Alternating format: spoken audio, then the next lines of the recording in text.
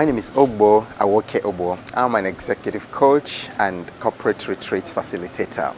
And I'm really very excited about this program that's happening today between South African Travels, Avantgarde, and then myself.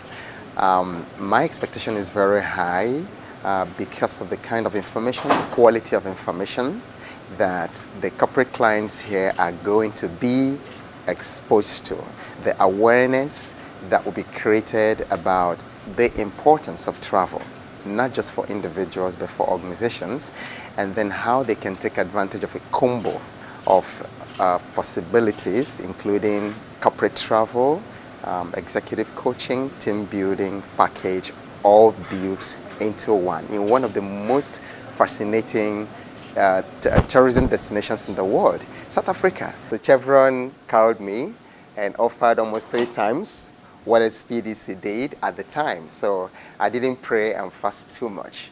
I just packed my bags and packed my family. We moved from Port Harcourt down here to Lagos.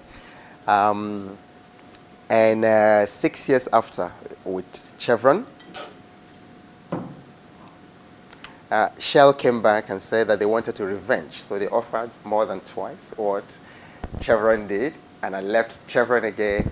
I went back to Shell. And after nearly 3 years with Shell, I decided that it was time to re-engineer and then explore a little bit more about this universe outside of oil and gas. And I'm telling you this for a reason. And as soon as I figure out what that reason is, I'll tell you. But travel changed my life. I started dreaming as a young person. I read a book that was my father's library. And that book, I've looked for it all over the place.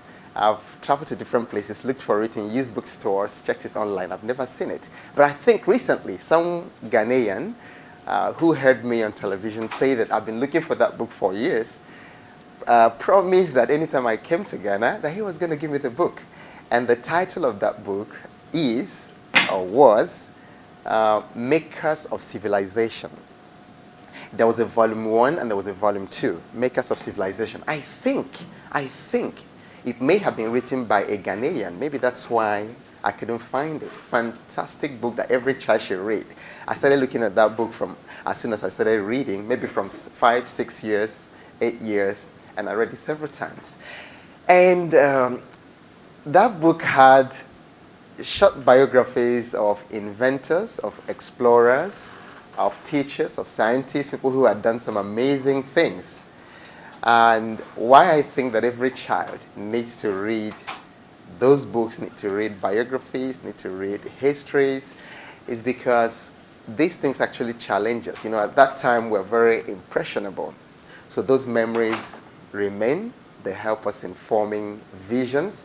So much of what has happened in my life today were actually things that I had read, you know, visions that had come from reading. And I remember particularly that I was fascinated by the explorers. I was so fascinated by explorers. In fact, one of them, Vasco da Gama, that in primary school, I picked up the nickname Vasco da Gama. So I've loved traveling, and traveling has changed my life. I mean, I can't say that, and it's changed the lives of my children. And I have a particular story about South Africa. South Africa is a very beautiful place. The first time I went to South Africa, I fell in love, with South Africa. Just driving around Johannesburg with my host. And then I learned about a little school, one school in South Africa. Now, South Africa has become a part of my family because now my son he's graduating in June from African Leadership Academy. That's in Johannesburg.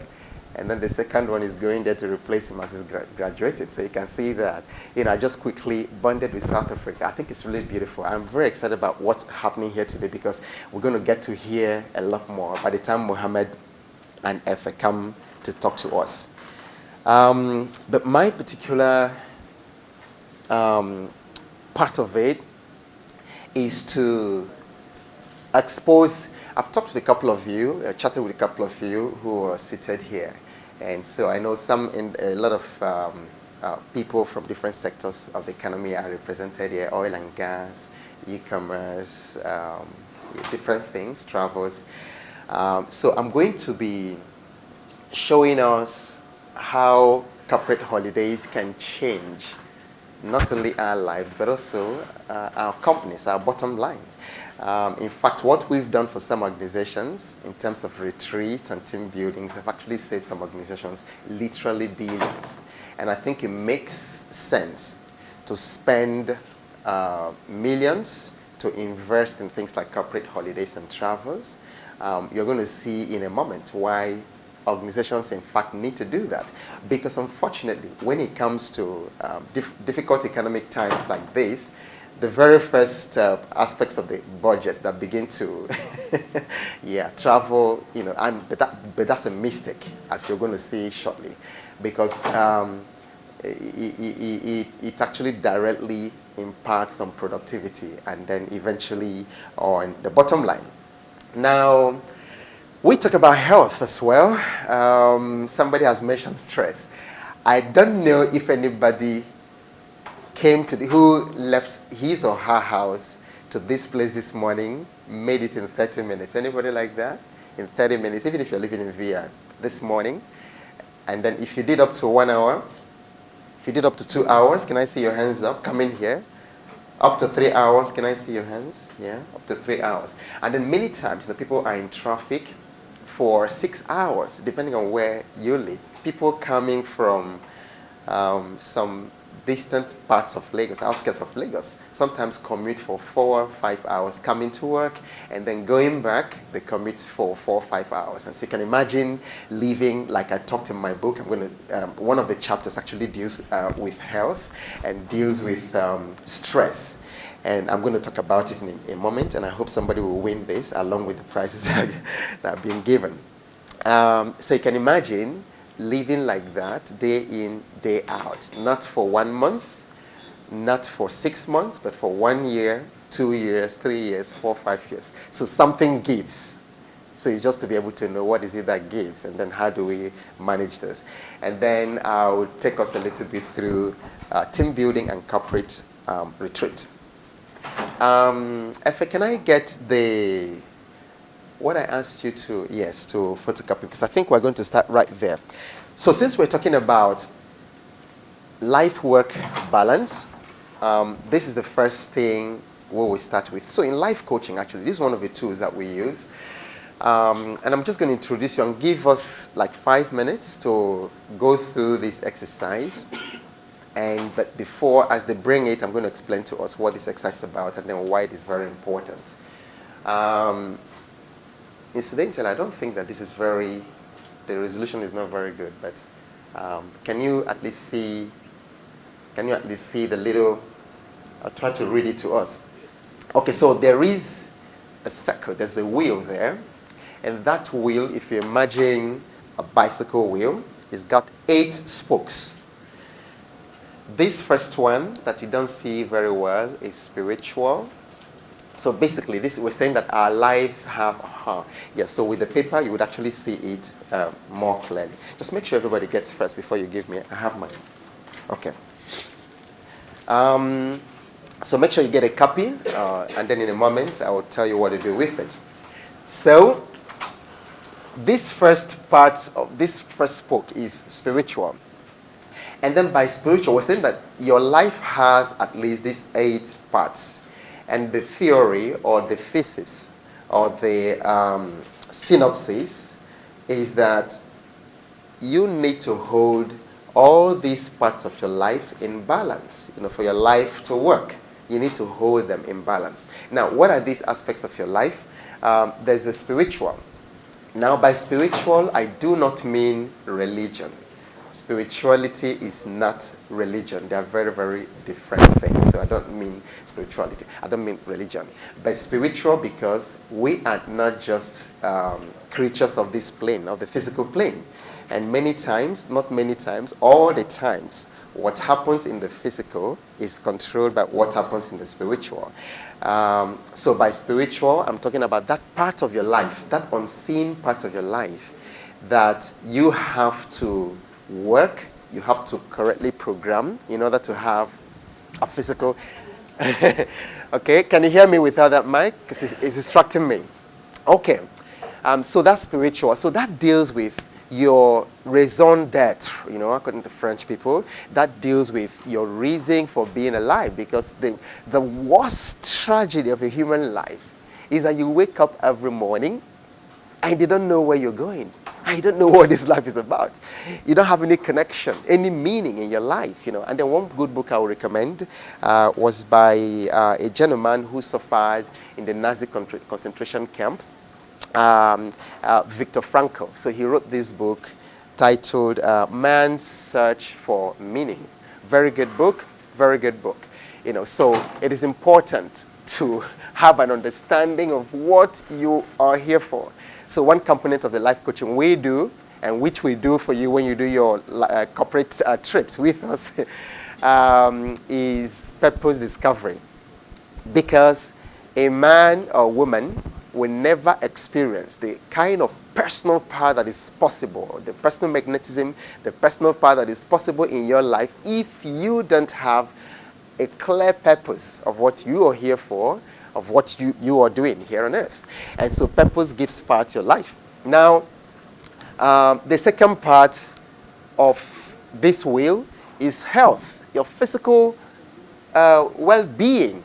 Okay, so how healthy are you? Do you have the energy to be able to, because no matter how lofty your vision is, no matter how lofty your ideas or your desires or your motivation, if you don't have a healthy body and you don't have the energy to be able to make that thing happen, you just can't do it. So your health is absolutely important. And many times, that's what suffers. In a place like Lagos here, it just suffers.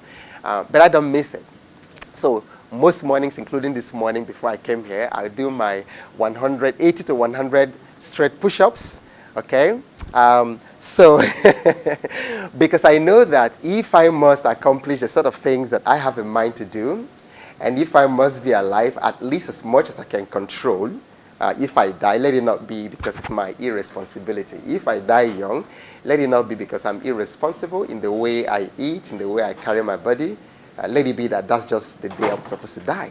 But as much as lies in me, I need to make this body healthy enough to be able to, and filled with energy to be able to do the sort of things that you are meant to do here. So physical well-being is critical. It's important. It's good. The third one is family. Psychologists have told us that 80% of our happiness is dependent on the quality of our relationships. Okay, the quality of your family life, the quality of your relationship with other people, so critical. And especially in these days, young people get married with all the pomp and pageantry, with all the, social whatever, big wedding, and they do all the dancing. In fact, these days, proposing to young women is an art. It's become an art. In our own time, you just go and say, I like you. We live it today. There's got to be music, there's got to be drama, and even dancing. And then, the proposal itself is as important as a marriage, as to the young people. Nothing wrong with that. Really nice. Great evolution. But then they get married, and then in 3 months, the marriage has collapsed. And then, so people live the rest of their lives with terrible stress and all that. So relationship is so important. Knowing how that works is really very important. By the way, I'm married for 21 years. This is my 21st year, and I can tell you that marriage and family life. Marriage is nothing as beautiful as it is. It doesn't mean that it doesn't have its conflicts or difficulties, but marriage, as it should be, is a very wonderful thing. Now, the fourth one is work, career. Okay, that's self-explanatory because we must have, we exist to do something. We got a purpose here, and that purpose is expressed through work. The other one is finances, money, which is why, as I left Shell, the first series of books I wrote we're on financial freedom. Now, when you read my book, so when I talk about financial freedom, it's not in the sense of all this get rich quick thing that people write about. But I found that money is central to virtually everything. So from your waking up to your sleeping, every minute of the day has a financial component. And then every dream you have, every vision has a financial component. So, and I'm saying it is important as a person to have a plan that we were already born financed. That's the truth. We're already, before you were born, you were already physical, you were already financed, by nature. But it's just for you to develop the skills, the competencies, the prudence. So this is talking about your relationship with money. So it's not talking about get rich quick thing. It's not talking about this Yahoo thing. It's not talking about, but it's just talking about, understanding the dynamics of money, how money is made, how it is saved, how it is shared, how it is used to create good, to make your vision happen, as well as to help other people. So that's finances. Mental development. Our world is mental. I tell you sincerely, everything that you are today and everything you see, it's all mental. It's all between your head. We don't have time to go to it. But that's when you come for the sort of things that we, South Africa Travels, Avantgarde, myself, we'll be introducing to you today. And then you will have these corporate retreats. That's when we really go down to talk about some of these things. But you see, our world is mental. You are not bigger than what you have between your head. You are not bigger. The quality of your life will never be better than the quality of your thoughts. So that's why mental development is important. Fun and relaxation, which is part of why we are here. So many people in this part of the world, don't have a place for fun and relaxation. So I go to talk to some banks. I have some executive clients in the bank, and then some of them have never been on a holiday or vacation for the past 4 or 5 years. So they take some payment in lieu of going on vacation. And it's terrible. You're killing yourself. This body is built in such a way that you need to refresh it always for it to give you its optimal performance. Okay, even nature. Snails hibernate. Lions, snakes, they all hibernate. And then they shed this skin, and then they come out renewed. More energetic and more purposeful. Then this one, serving others or social contribution, is extremely important. I find out too that out of the other remaining, our happiness, of course, is also part of relationship. It's largely due to what we do for other people. Sincerely and honestly, just rate yourself. Do that very, very quickly. It's not a PhD thesis. So don't think too much about it. Just take spiritual, for instance. You say, to what degree are you connected to the higher power? Are you connected to the invisible world? Are you connected to purpose, to vision, to why you are here? So if it is 0, you put 0. If you think you're really so well connected, you put 10 or 9 or 8. Then you come to physical well-being. To what degree do you assess your own personal health, the quality of your health and energy? Would you give yourself a 0? Would you give yourself a 5 or a 10? Then you do that. Then you come to family and relationship. What's the quality of your family relationships? Then you come to money. Do the same thing very quickly. Just mark it, and I'm going to tell you the next level, what you're going to do again. Just mark that place. So, see, you're making a mark with your pencil, just a mark on that. If it is 4, you make that mark. If it is 8, you do that.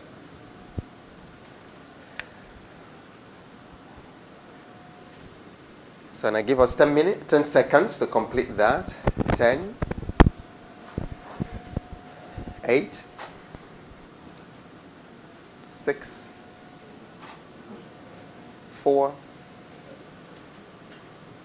2, 0. Okay, now, this is the next part of the exercise. Now, what I want you to do is to quickly, and you have just 15 seconds to do that, just quickly, whatever you have marked, I want you to quickly connect them.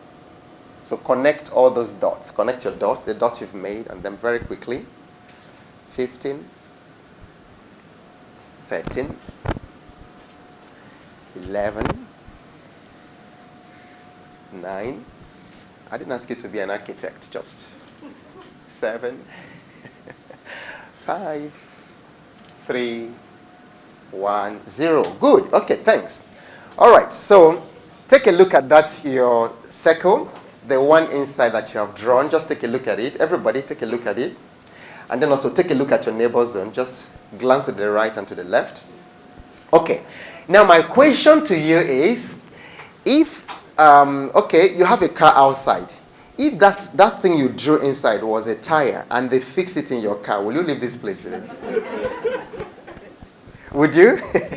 If that circle, that one you just connected in pencil, that's yours. If you put it on a car, is it going to move? Yeah, that's why your life is also not moving. That's the truth. Because that thing is not moving. So you can see how out of balance that your life is. And so this tool is not a vindictive, it just gives you a sense of the kind of balance. You can find that many of the frustrations, the stresses you're having in your life is because that thing is not a wheel. It's not a circle. It's not moving your car, the car of your destiny, the car of your life.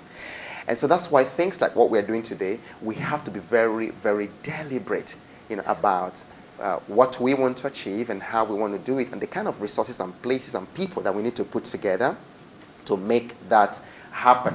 So keep that as we work and as you take advantage of opportunities for corporate retreats, for coaching, and all that, you begin to see that. But the comment I will make to your personal circle, if you look at that place where you have the most deep, the place you have the most deep in your circle, that would usually represent the area of immediate concern.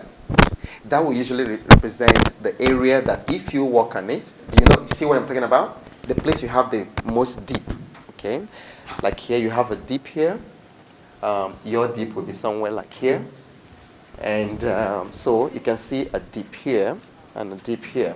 So those represent areas of immediate concern where you need to pour in some personal growth resources, okay? So if it's in the area of your health, it means it's something that you need to take very seriously. If it's in the area of your career or your finances, it means that that's an area that demands attention. Okay. Let's talk about STRES. Lagosians know it very, very well, okay? And what I just want to achieve with this slide is bring home to you what we already know. There's just so much stress. There's just so much stress around us in the country, in Lagos, everywhere. And stress depletes productivity. We can never be very, very productive when we're carrying stress that we are not managing.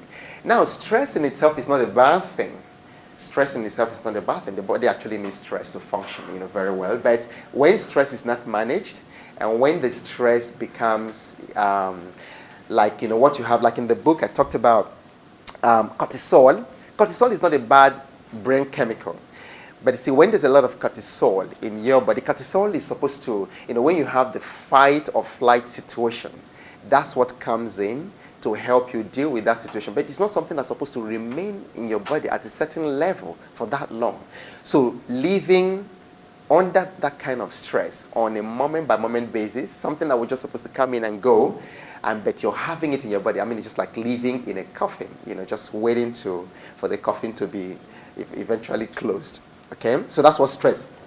It's a silent killer. I remember during my career in Chevron, we had this young man. He must have been like 30, early 30s or even late 20s, and he was the mail runner. He was running the mails. Usually he'll go to the mail room, bring the mails for us, and then take around the offices. And then jovial, young gentleman. So we got to work one day. It's not like on a Wednesday. He wasn't there. Everybody missed him because he was really quite jovial and all that. We liked him. Second day, he was not there. So what happened? The guy had died just like that, without warning, the previous day. So doctors tell us that, the medical people tell us that about 70% of doctor visits and 80% of all illnesses are related to, they're all linked to stress.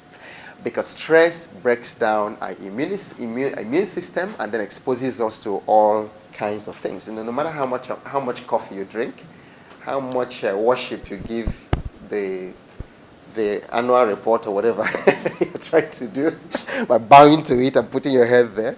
Some people use computer. They just do that. If stress isn't dealt with, it can be very... Okay, what are the common sources of stress in Lagos? Just mention them. We've already talked about traffic. What else? PHCN.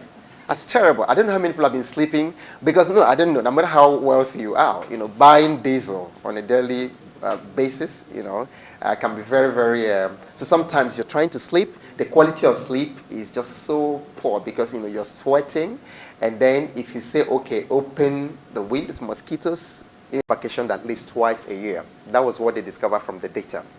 So the more they traveled, the less the likelihood of developing coronary diseases.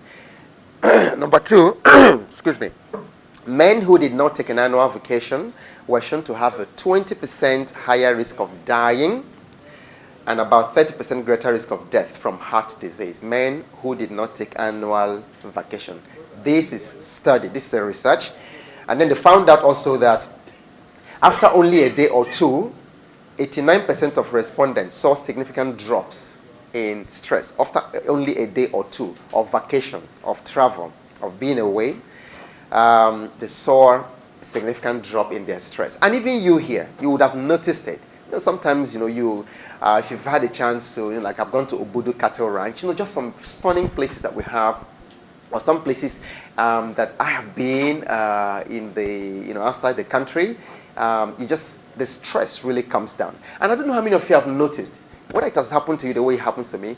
Now, when I'm out of the country, say I'm in the US, on one occasion, I had to take a trip to the UK for 7 days. Just stayed in one ancient hotel in central London for 7 days just to do writing.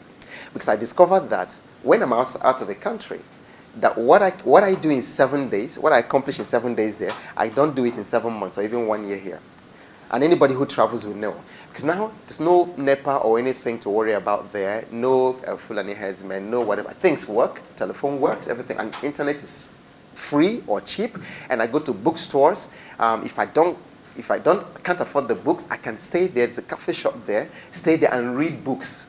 In fact, on one occasion, after carrying all the books that they sell me in a Borders bookshop, they were really fascinated because I was just researching, writing, reading. But I wasn't buying the books. They were expensive. So as I was leaving, they actually came and asked me, do you want us to hold them for you? Are you coming back tomorrow? I said, God, why can't we have this in Nigeria? So stress significantly comes down, when you travel. The study also noted that 59% of Americans dream of traveling during their retirement and that the most impactful trips are those spent with family and friends, okay? Researchers also accounted for income levels and others. In other words, it didn't matter the income level. It didn't matter your pre-existing poor health. Travel has health benefits. Travel can actually save your life. One of the exercises I'd like you to do when you go home, I've done it, it's fantastic. In fact, when I did this exercise, I said I want to visit all those ancient wonders of the world. Remember the wonders of the world? Okay, the 7 of them, and 7 plus 1. So I made a list of 100 places I would like to visit before I die. Beautiful exercise, something that actually keeps you hoping, keeps you. And then by the time Mohammed and Efe finish with us today, I'm sure that we're going to have, out of these 100 places, you're probably going to have like 15 or 25 from South Africa. They're beautiful places, stunning places in South Africa to visit. Now, if we quickly move to, now that we've acknowledged stress, how do we deal with stress? And there's this tool that I find helpful in life-work balance. So New Start. So N stands for nutrition. By the way, who knows the difference between nutrition and diet? Or are they the same thing? Is there any difference between nutrition and diet? Are they the same? Diet, nutrition, are they the same? Okay.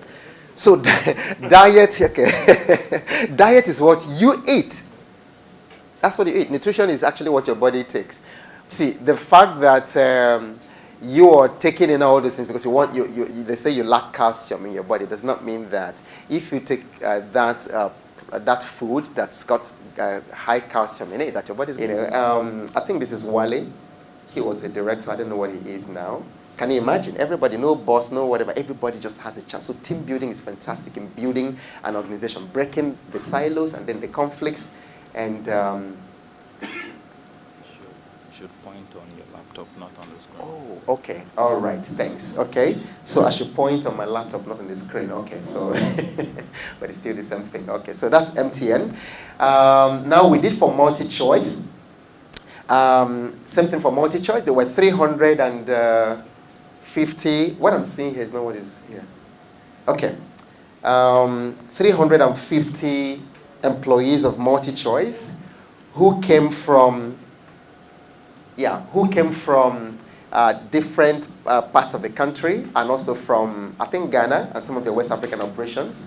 So that was team building for multi-choice. It was funny, just see people falling all over, people who had never done exercise for the past 15, 20 years. And then all of a sudden the team chooses them to do like this sack race, and the guys were just falling like crazy, in the field, beautiful field, which was also away from the office.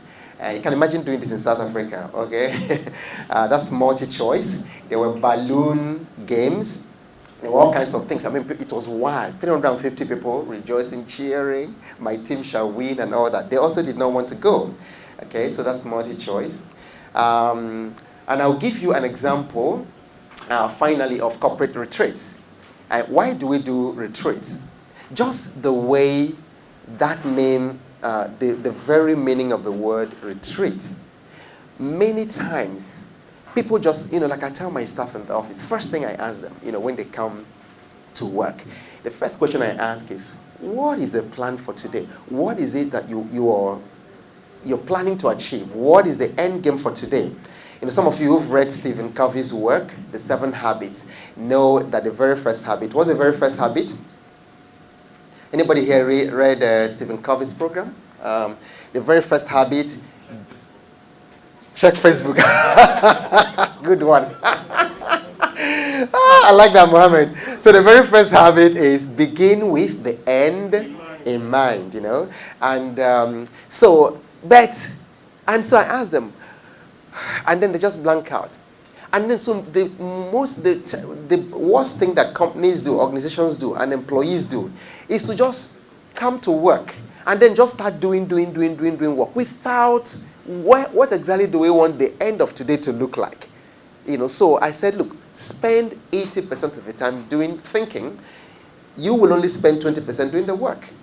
But some people reverse it. They want to do only 20% thinking, and then they spend so much muscle energy trying to do the work. It doesn't work that way. So, examples of just pictures. Oh, this is still showing team building. Oh, I'm going back. Okay. No, something is wrong.